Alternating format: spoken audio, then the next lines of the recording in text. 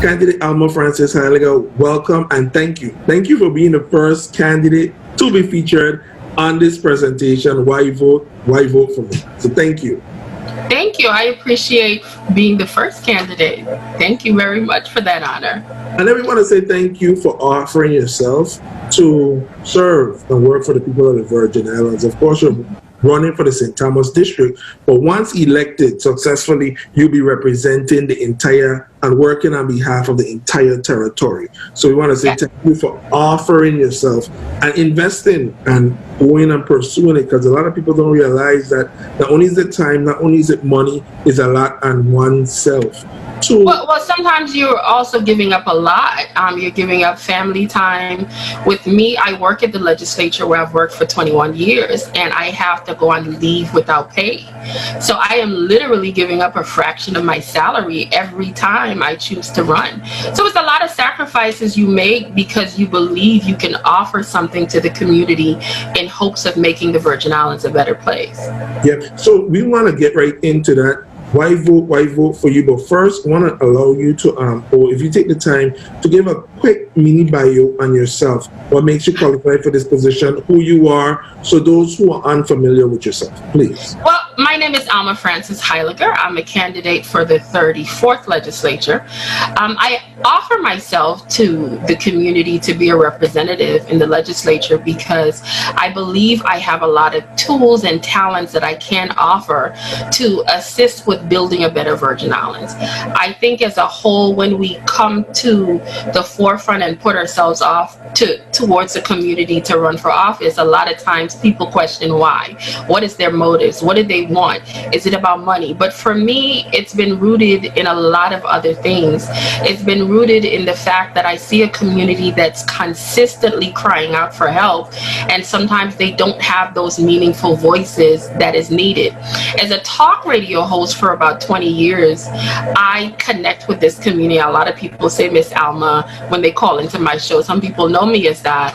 But over the last few years, I have built up a camaraderie and a trust with this community that they understand that when we speak, when I hear them, when I listen, I recognize their concerns and their plight. And I wanted to put myself in a position to utilize law to effectuate and change a lot of things that they stress about, they complain about. And when you have elected officials already in place and you're expecting them to do what you want on their behalf, and it's not being done, unfortunately, you have to have voices like mine that connect with the people that are serious about doing the people's work. And when I decided to run, this is probably my third time running for office, it was triggered by a lot of things. One of those things I've shared many times was the unfortunate murder of my brother. About 10 years ago, they came to my family home and murdered him. And that triggered something in me that a lot of people who are dealing with the unnecessary crime in our territory could relate to. And when I say that, it speaks to dealing with crime from many levels that you so want to see resolved. That's why I became so involved in trying to figure out how we could get forensic labs here in the territory. Why I am such a strong advocate for programs such as Crime Stoppers. Why I believe that when people can connect and see the faces of the family members that are left behind, they can better understand the type of effect that you've had on the lives of people when crime is committed in this territory. But unfortunately, I'm not going to just limit it to that. When you have crime and corruption at higher levels, it also creates a sense in the community of loss where they feel like, why am I so fighting against crime when people in higher levels are getting away with it? You see, you want to lock up a young man for doing something for mandatory minimums of 20 years, but somebody steals $500,000 and they get 1.5 years in jail. It's almost like you're creating a situation where people have no hope. And I am a candidate that that believes in prevention. I believe in investing monies and time and effort into preventing crime as opposed to creating a bunch of laws to scare people into locking them up after the fact. If I could keep you out of prison, there would be no reason for all of these sometimes archaic laws with these mandatory minimums that really don't bring about the necessary change. If we could tap in and connect to that young mind and say, tell me what your issue is. What will keep you from committing a crime that your desire to stay on the straight and narrow is greater than you wanting to commit a crime? What is the situation that's happening in your life? Do you need to help your mother pay rent? Are you seeing your relative suffering with health care bills they can't? What triggers you to want to go and commit crime in the first place? I want to be that legislator that understands what is happening in the lives of the people of the Virgin Islands and realize that I don't want to be one that's against them. I am 100% for them and have that type of connection with the people that they know that when I walk through those doors once elected to the 34th legislature, they have someone fighting on their behalf no matter what. All right, I think we did much of the two questions in one right there. Okay. I'm going to bring it back and ask real fast, about 30 seconds, your bio and what qualifies you for office. Well, like I said, I've worked at the legislature for 21 years. I'm a graduate of Charlotte Amalie High School. I've attended the University of Virgin Islands. I worked at the legislature in regards to, I've worked with two senators, Senator Donald Cole for several years. I've also worked with Senator Berry. I have worked and assisted several senators over the years. I mean, sometimes I chuckle where people would say, I actually have laws on the books, but as a senator, I'm not a senator.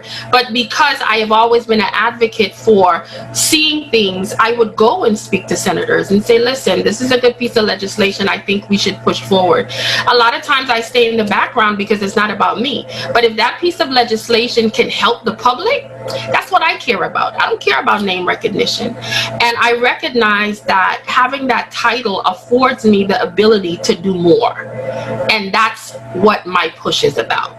So I mean, I could talk about my connection. I spoke about being on radio for over 20 years, a community activist. I'm a member of several organizations that I work with. My church, we have several programs. So I'm a member of several boards, Lord.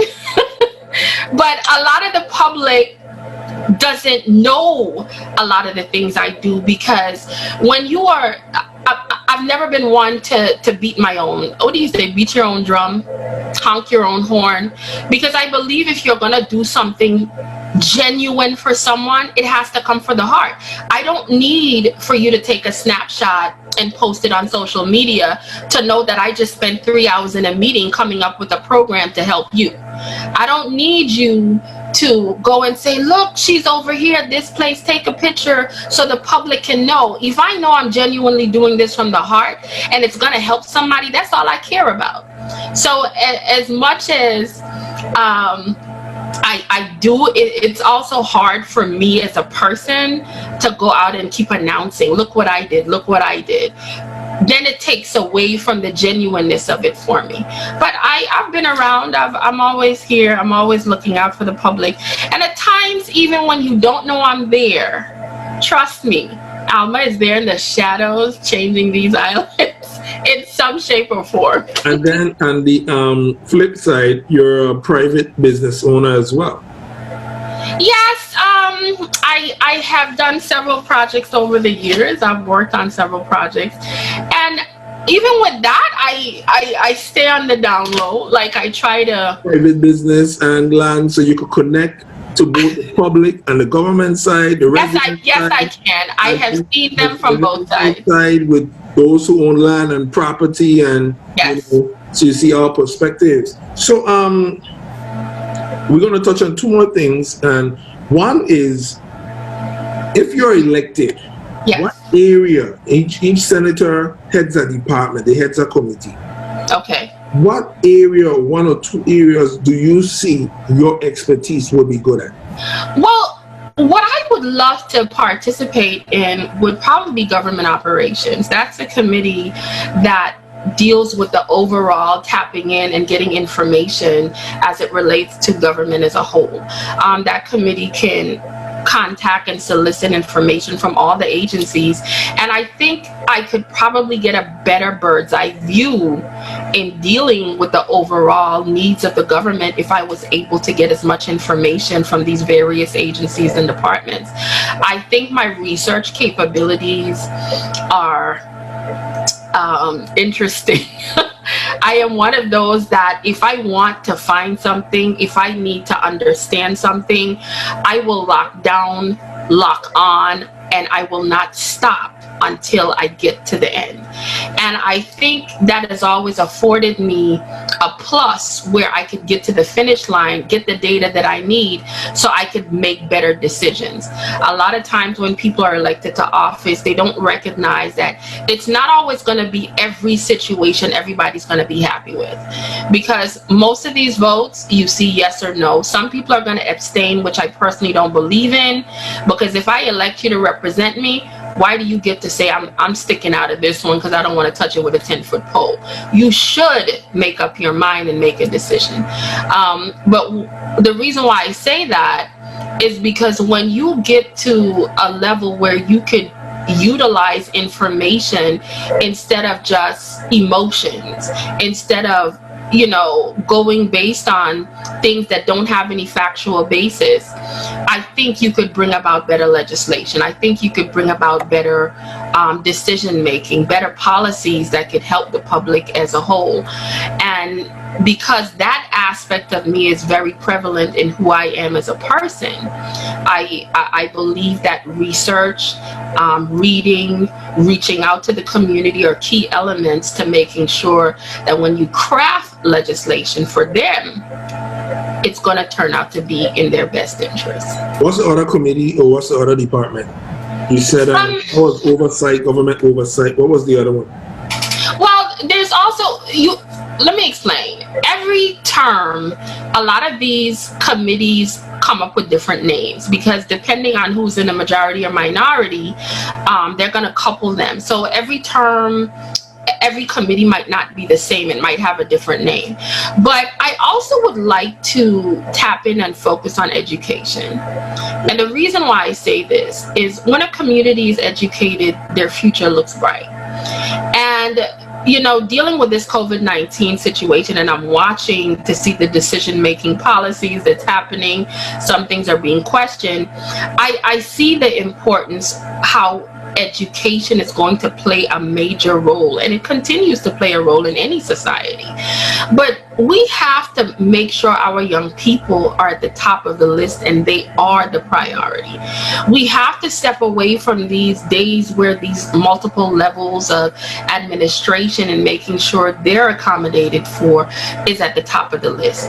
When I sit down and I crunch numbers and I take the budget for the Department of Education, for example, and you divide it amongst the children here in the territory, we are literally at the top of the scale per capita per child of how much money is invested into that child financially when it comes towards all the teachers, administrators, and everything.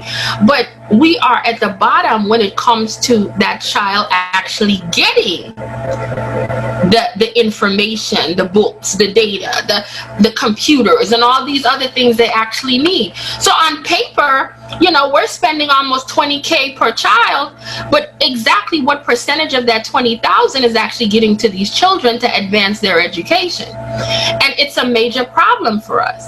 And I have to applaud the teachers and educators. Over the last couple of months, because of COVID, my niece who lives with me, she's the daughter of my brother I mentioned before that was murdered. Her education has been interesting. And that's all I'm going to say. And while I'm watching this, I have to applaud these teachers for all the hard work they have to do with dealing with these children. They deserve extra awards and accolades because I think as parents and guardians, we see the other side of it now, since they have been at home and we have had to put ourselves out there to do more, to learn more, to help them with their homework. Some of the math problems she's been doing, I'm scratching my head like, why? Why? But I know it's important to her education. But I think as a community, we have to focus more on education. And I would love to be in a committee like that to dive in, to see where the money is going, to see where we have to create line item budgets to say, listen, if I believe this section needs more. And another thing with education that I see that we keep taking away, we focus a lot on the academics of it, which is okay. And I agree, that's keep the mind smart. But I think children overall need to have other aspects in their lives. We keep stripping away the sports aspects. We took over the field. When it comes to arts, all of these things create a well-rounded child. You cannot strip one aspect of it and think they're only going to thrive with only one set of education. I believe more focus has to be implemented, not only music and arts and sports, as well as the academia aspect of education, because we want well-rounded people that could see all these things as options in order to be better, productive adults in our society. Now, speaking about the background, you do many initiatives, campaigns, and sometimes the public doesn't know you mean in the background. I know. Over this, let's say the last 2 years, there were a number of special, I'm looking for the word, special features. The one was with the restructuring of the legislature. You went out, as I complimented you on it, and you created an animated ad and you shared it on social media, just educating the public about it for those who had questions. And that wasn't your first time doing something as this sort. I'm going to ask you, why do you embark on those type of initiatives in which you dedicate not only your own time, your own knowledge, but your own finances, and just throw it out in the public for the public to know? It's all about public education for me. I love the people of the Virgin Islands. I was born and raised here over 40 years ago. So as an individual that loves her home, and I see an issue coming to the forefront, and when I'm hearing a lot of misinformation sometimes, or people don't fully understand how something is happening, as a voter, as a resident, as someone that sits back and watches how when you could simplify something for someone, sometimes it turns on a light bulb and they could say, well, okay, I get it now. So a lot of times, yes, I had taken my own finances and done a lot of things to educate the public.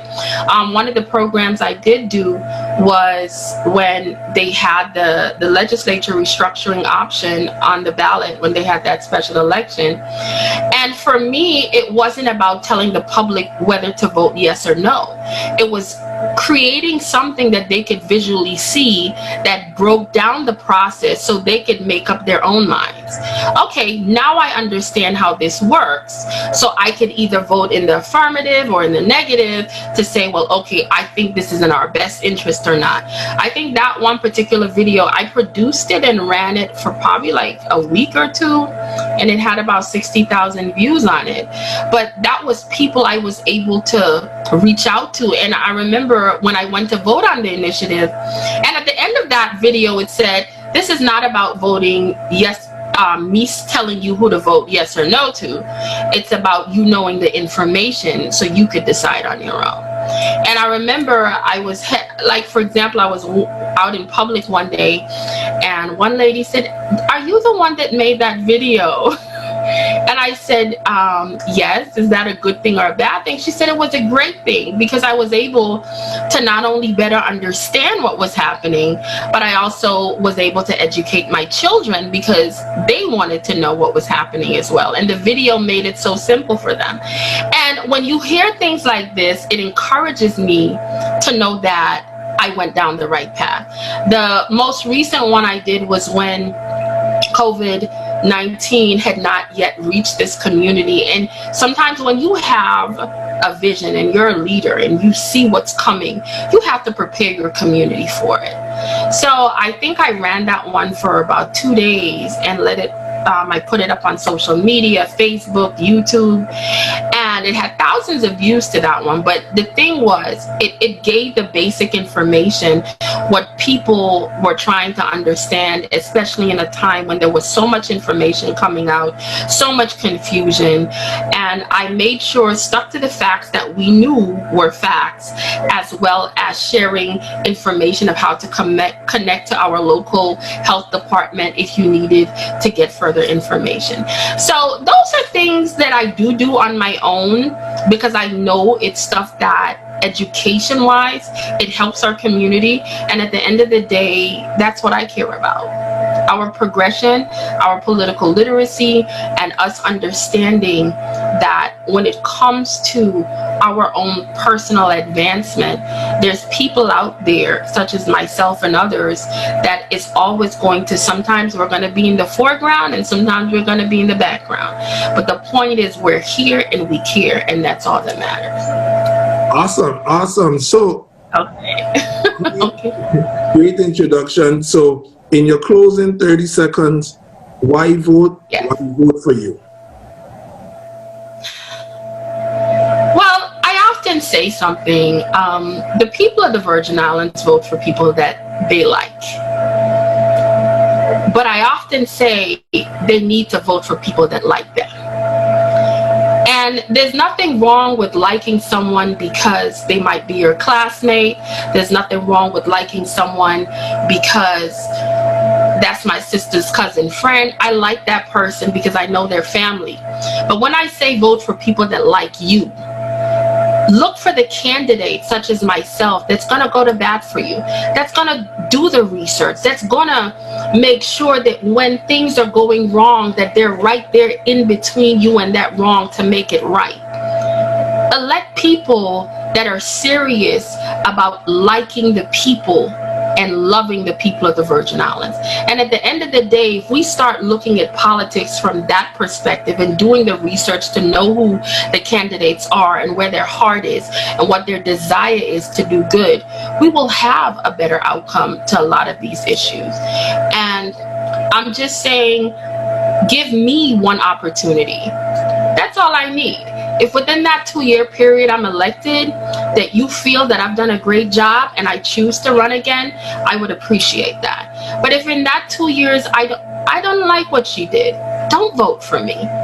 It's ultimately up to you who you want to represent you. And I'm just simply saying, I am asking that you give me one opportunity. That's all I ask, in hopes of being your representative in the 34th legislature.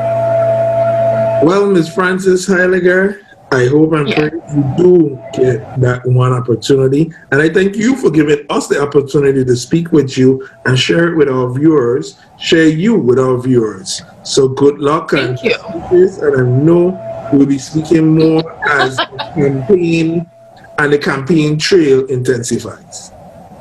Definitely. I appreciate you having me. Perfect. Joker, we are not a threat. This is how Caribbean people bet.